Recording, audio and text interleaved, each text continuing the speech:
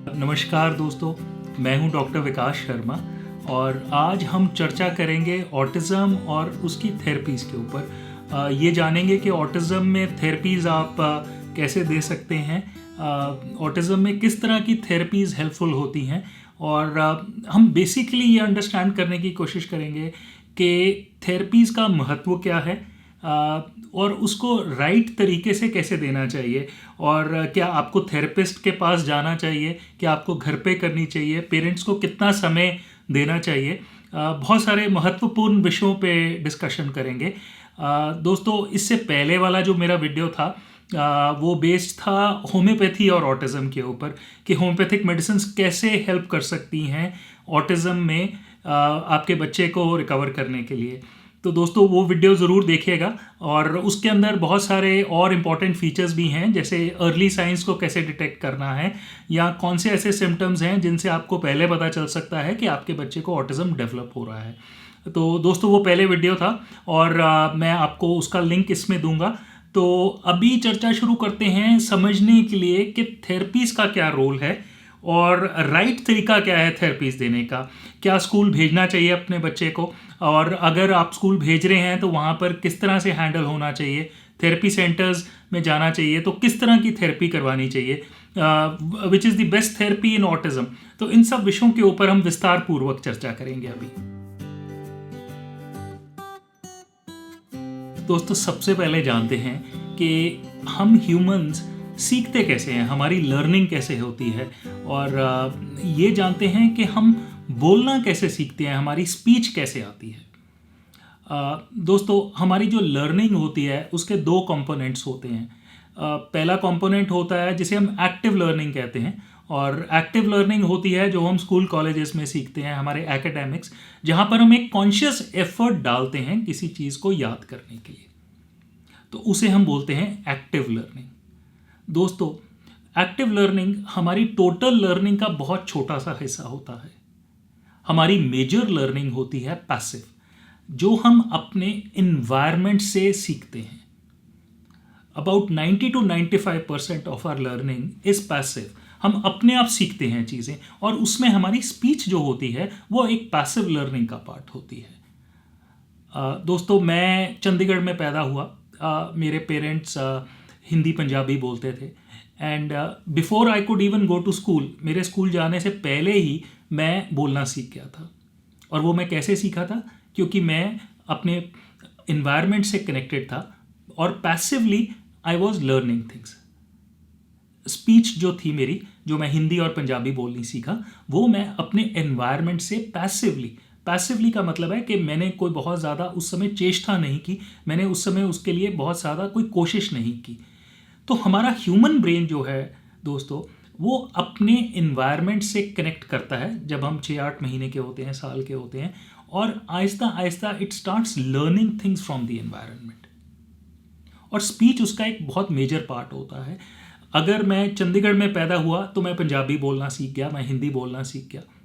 और दोस्तों, अगर मैं जर्मनी में पैदा हुआ होता, मेरे पेरेंट्स जर्मन होते, तो हो सकता है कि मैं जर्मन सीख गया होता। मैं यूएस में पैदा हुआ होता तो मैं बहुत फ्लुएंट इंग्लिश बोल रहा होता। तो दोस्तों, इसका मतलब ये है कि हमारा जो ब्रेन है वो हमारे एनवायरनमेंट से कनेक्ट करता है और हम चीज़ें सीखते हैं। दोस्तों, एक बहुत ही क्रूड एग्जांपल मैं देना चाहता हूँ। वो है कि अगर आप देखिए, with all due respect to the street kids, जो बच्चे स्ट्रीट पे रेज होते हैं, होमलेस होते हैं, अपने पेरेंट्स के साथ रहते हैं, but they are raised on the streets, they never go to school, फिर भी वो स्पीच उनकी आती है। और उसका रीज़न ये होता है कि वो उनका जो ब्रेन है, it starts connecting to the environment and starts learning things on its own. तो इस सब ये मेरा बताने का बेसिक मतलब ये है कि हमारा ब्रेन एक अपने एनवायरनमेंट से कनेक्ट करता है जब हम 6-8 महीने साल के होते हैं, एंड वो अपने आप चीज़ें सीखनी शुरू कर देता है। और उसमें स्पीच और लैंग्वेज जो होती है वो एक प्राइमरी कंपोनेंट होता है, वो इसका एक मेन हिस्सा होता है कि हम अपने एनवायरनमेंट से सीखते हैं और फिर हम उसको यूज़ करते हैं एज अ लैंग्वेज। ऑटिज़म क्या करता है दोस्तों, कि ये जो कनेक्शन है जिसे मैं लर्निंग ब्रिज कहता हूँ, जो हमारा ब्रेन अपने एनवायरनमेंट से बनाता है, जो एक ब्रिज की तरह क्रिएट होता है, और वो हमारी लर्निंग में हेल्प करता है। ऑटिज्म उस ब्रिज को डेवलप नहीं होने देता या उसको ब्रेक कर देता है। तो दोस्तों जो मेन प्रॉब्लम ऑटिज्म में होती है वो ये होता है कि बच्चा अपने एनवायरनमेंट से कनेक्ट नहीं कर पा रहा, इसलिए वो सीख नहीं पा रहा। और लर्निंग में जो हमारी स्पीच है वो पैसिव होती है, वो हम अपने एनवायरनमेंट से सीखते हैं। तो मेन इशू दोस्तों ये होता है कि बच्चा अपने एनवायरनमेंट से कनेक्ट नहीं कर रहा, इसलिए वो उसकी स्पीच नहीं आ रही, इसलिए उसके साइंस ऑफ ऑटिज्म आ रहे हैं, उसमें लर्निंग डेफिसिट डेवलप हो रहा है। तो दोस्तों ये जो disconnect between the child brain and the environment is the major factor जो ऑटिज्म क्रिएट कर रहा है at a functional level. Pathological level पे nobody knows what it causes, but at a functional level देखा गया है कि बच्चा अपने एनवायरनमेंट से नहीं कनेक्ट कर रहा, जिसके कारण वो सीख नहीं रहा और जिसके कारण उसकी स्पीच नहीं आ रही है। तो दोस्तों हमारा जो स्पीच, जब ऑटिज्म में बच्चों का स्पीच ना आने का मेजर रीजन होता है कि they are not connected with the environment.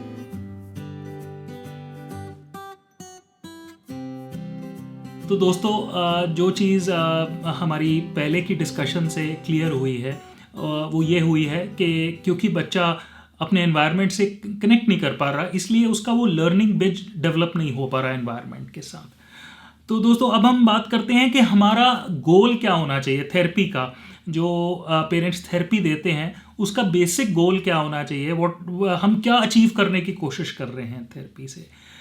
दोस्तों हमारा गोल होना चाहिए कि वो जो ब्रिज लूज हो गया है, जो हमारा connection between the child and the environment ख़त्म हो गया है या ख़त्म हो रहा है या पार्शली ख़त्म है, उसको री एस्टैब्लिश करना है। हमने उसको दोबारा से कनेक्ट करना है, उस पाथवेज को, ब्रेन के पाथवेज को दोबारा से डेवलप करना है ताकि वो अपने एनवायरनमेंट से कनेक्ट कर सके।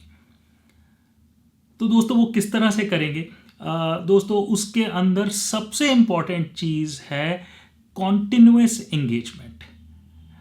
तो सबसे इम्पॉर्टेंट चीज़ जिसके ऊपर मैं बार बार एक ही चीज़ बहुत सारे पेरेंट्स को बोलता रहता हूँ, वो है कि बच्चे को एक कांस्टेंट कनेक्टेड स्टेट में रखिए आप।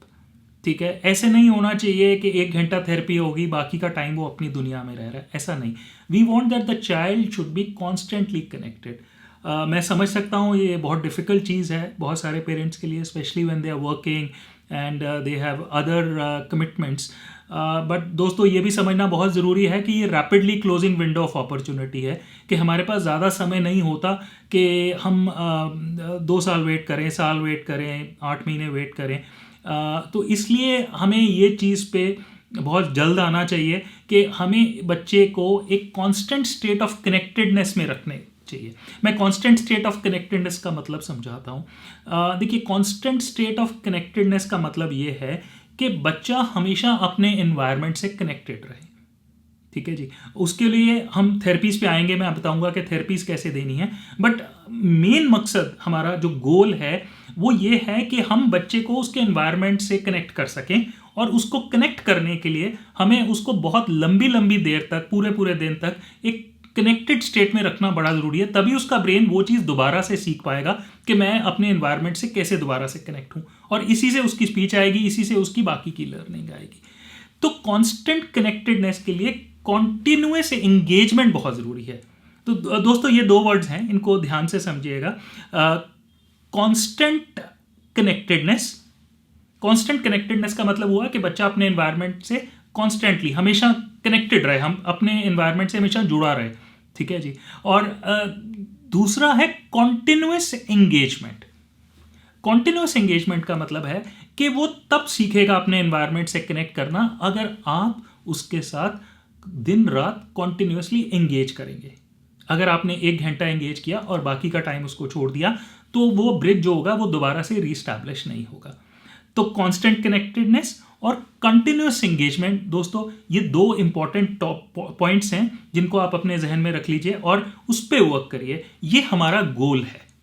ठीक है दोस्तों, होम्योपैथिक मेडिसिन्स भी इस चीज़ में बहुत हेल्प करती हैं। हमने देखा है कि जहाँ पर हम होम्योपैथी स्टार्ट करते हैं और जहाँ थेरेपीज भी बहुत अच्छे से होती हैं और कांस्टेंट कनेक्टेडनेस होती है, वहाँ होम्योपैथिक मेडिसिन्स बहुत हेल्प करती हैं बच्चे का वो ब्रिज इस्टेब्लिश करने में, वो एनवायरनमेंट के साथ कनेक्टेडनेस इस्टेब्लिश करने में।